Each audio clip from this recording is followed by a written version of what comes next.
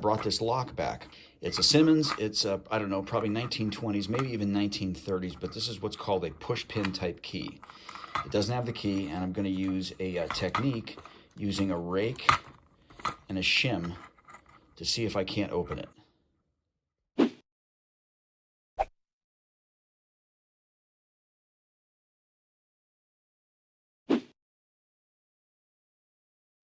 So I start with this piece of stainless steel shim stock, which is 1/1000th of an inch. You take the shim stock and you fit it in between body and the tumbler.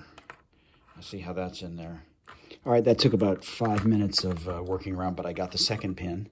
So that's 1, 2, and if you look here, it looks like it is a 1, 2, 3, 4, 5 pin tumbler. So that's 2 done. Once I got past the second one, 3, 4, and I think 5, you can see how far that's in now. When I was first trying to pick it, I was trying to turn it, but that's not how this works. It pushes, and this pops out. So the .001 was too thin, and the .0015 shim stock was too thin. So I went and I grabbed some .002, kind of cupped it to give it a little bit of strength. And then the first 4 pins were really easy. Using the hemostat on my little pick here, it was that last pin, that number 5 pin, because I think the 4th pin was shrouding it. I could feel it when it finally slid home. So that's in there, and there it is.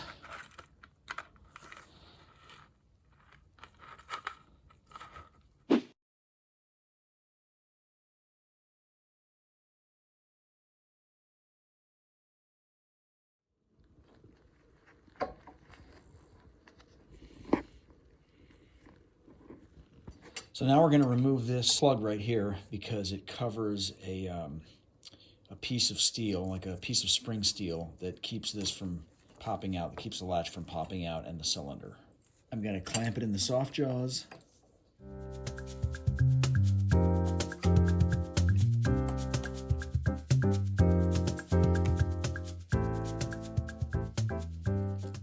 Once I got that off and once the pressure came off of this, that this was immediately free to move.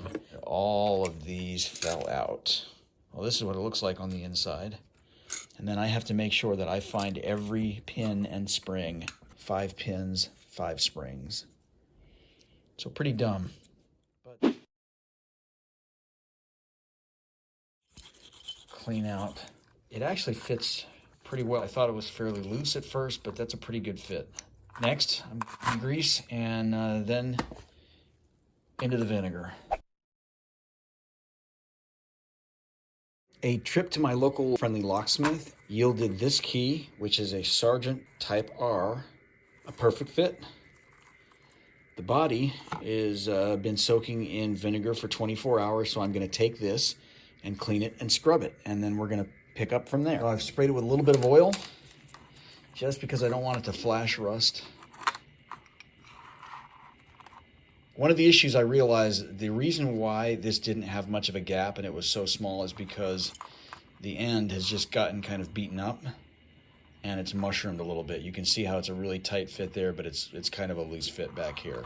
This was pretty beat up and pretty bent, and so I'm going to do my best to straighten this out. And there's another one here.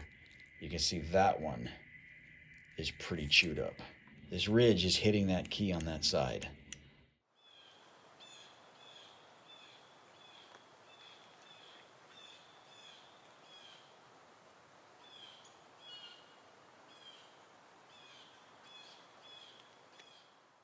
All right, that looks like that's a pretty good fit. Let's try it. Whoops. Key fits. There it is back together. And if we put the key in, now we can push that. There we go. That is not cross-threaded. Yeah, it turns pretty easy. And it doesn't exactly want to close easy, so I think that's about how it closed. I noticed a slight gap. You can see it's off here. There's a gap, but there's not a gap. Maybe this thing is off center. I'll have to figure that out. I did finally manage to get the retainer in, and this moves like it should now. If you get it misaligned, it just digs into the shank. This is a 3/8 inch dowel, which fits in there almost perfectly, and then I wedged some paper in to take up the slack. That was enough to keep it aligned because that retainer pushes against it, and it makes it hard to get the thread started properly. I already did clean up the barrel. Actually, the next thing I'm going to do, if you can see, the shank doesn't quite line up in that hole there. It looks like it's probably off by a millimeter, half a millimeter before it will go in. I'm going to heat this up with some MAP gas to anneal it and then see if I can just barely wedge this in.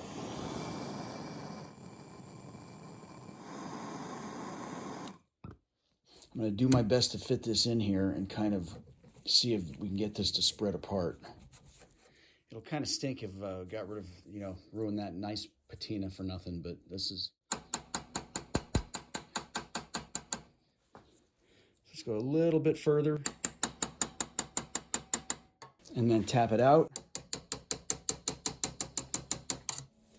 Okay, I don't think that damaged anything. That worked? Nice.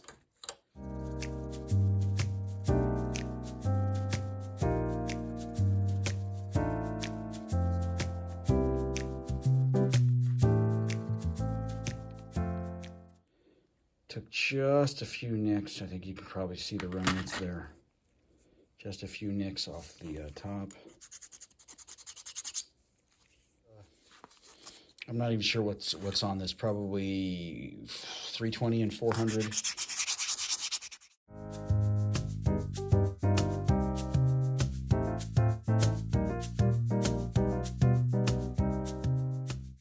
I don't know if I mentioned it. You can see the patent pending. It says patented June 1912, 1910.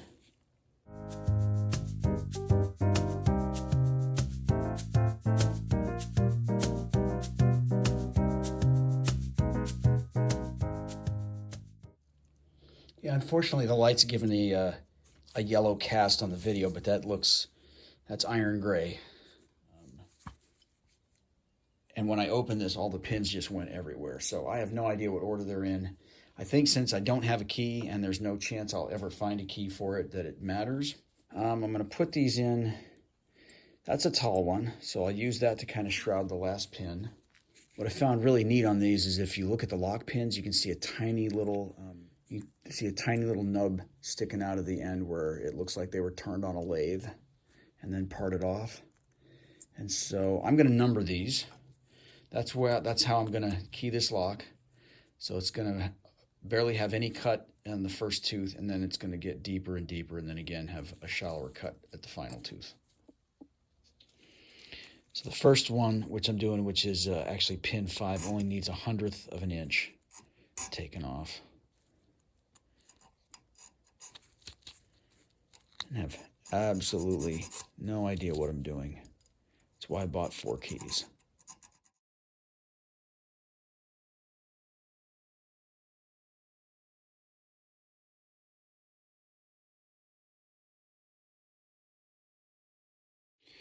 So you can see a tiny scratch, and that's the line that I need to come down to. Right there I've used just a black Sharpie in place of Dykem. Trying very hard to just keep this right over the line of where the pin's going to go and not get too wide. I can always take out more material, but I can't put it back. And these 2 pins, this is 0.062, the length of this pin, and this is 0.054, so these 2 pins are very close to each other. Large. So I don't have a small teardrop file, but I did pick up another set of needle files, and so I've switched to kind of a square one. It's going to let me get the bottom of this a little bit better, I think. So you can see I'm not quite there yet, but now I want to test fit it and see how far off I am. You can see it's still quite a ways to go, so I'm nowhere near. You can see the reason why the height is wrong is because I have this little piece right here too close to the 2. So actually I just need to kind of file that divot off. So that's much better. It's not perfect. Now you can see how the profile lines up with each of the pins. So I measured this number 1 pin at 0.054. But really I'm concerned with the height right there. So let's go 3.329 .329 minus 0.54 is going to be 0.275. So we're going to take this down to 0.275, and then I'm going to scribe that line. Of course, I'm going to double check these. And you can see that line there that it's scribed. And now I've got a line on both sides.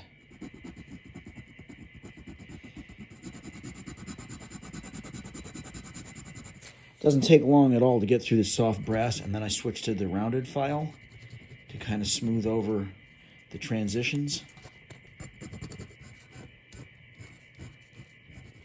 All right, that was just about a perfect fit, but the thing that I noticed when I put any pressure on the pins at all, they kind of get stuck, so I need to address the ramps between the pins. Even one's a tiny bit too tall still, so I can take some off of that. All right, a little bit of finish filing, and I think that's perfect.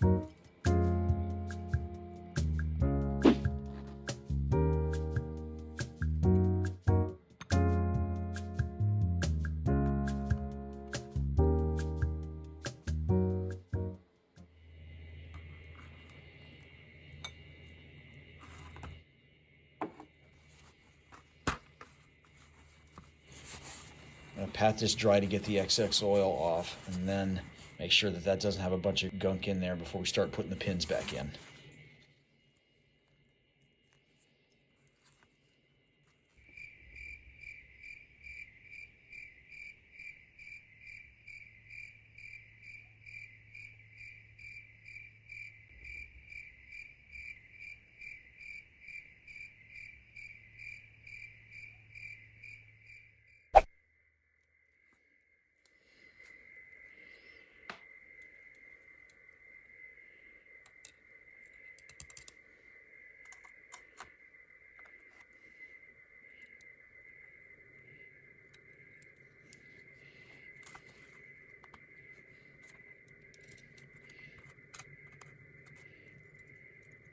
All right, now that we've got the springs in there, we're going to put this back in. So we're going to verify that the key is good. I've done this about 10 times. You can't insert the key too fast, otherwise your pins will go flying everywhere. I actually decided I am going to go ahead and clean this brass and bronze here. The hardest thing was getting this held so that it wouldn't tip over. I don't want to hit the stem. I just want to hit the stuff that needs to be cleaned. All right, here we are after about 12 hours. And that's about as much as I want to soak this.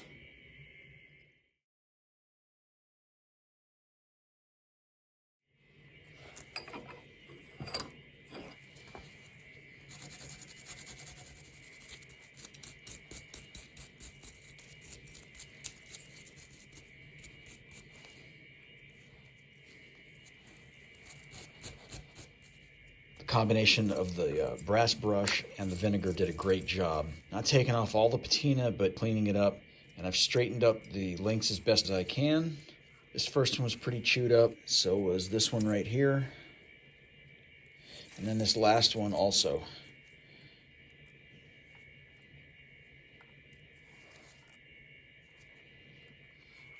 Let's see. I'm an idiot. I have this backwards. I thought something seemed off. There we go. Okay, that's better.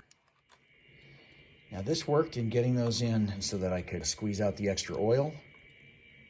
Let me take the hemostat and press it down. And there we go. Move it up to the next one.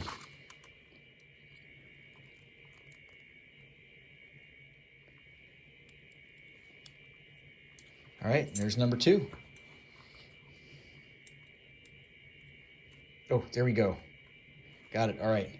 2 more. Ugh.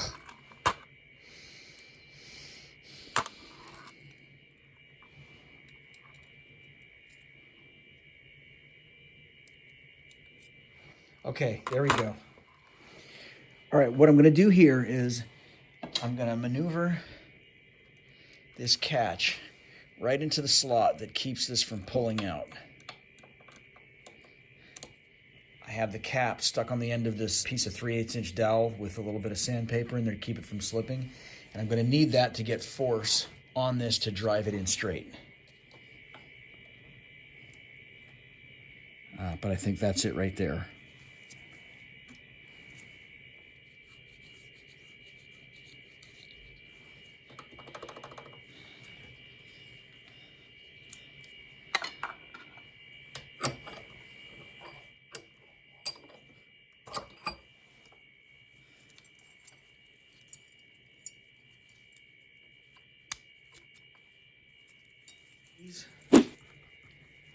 There's one. And there's 2. We got this looking good. Still has some of the old marks and some of the old patina, but the rust is gone. It's nice and black.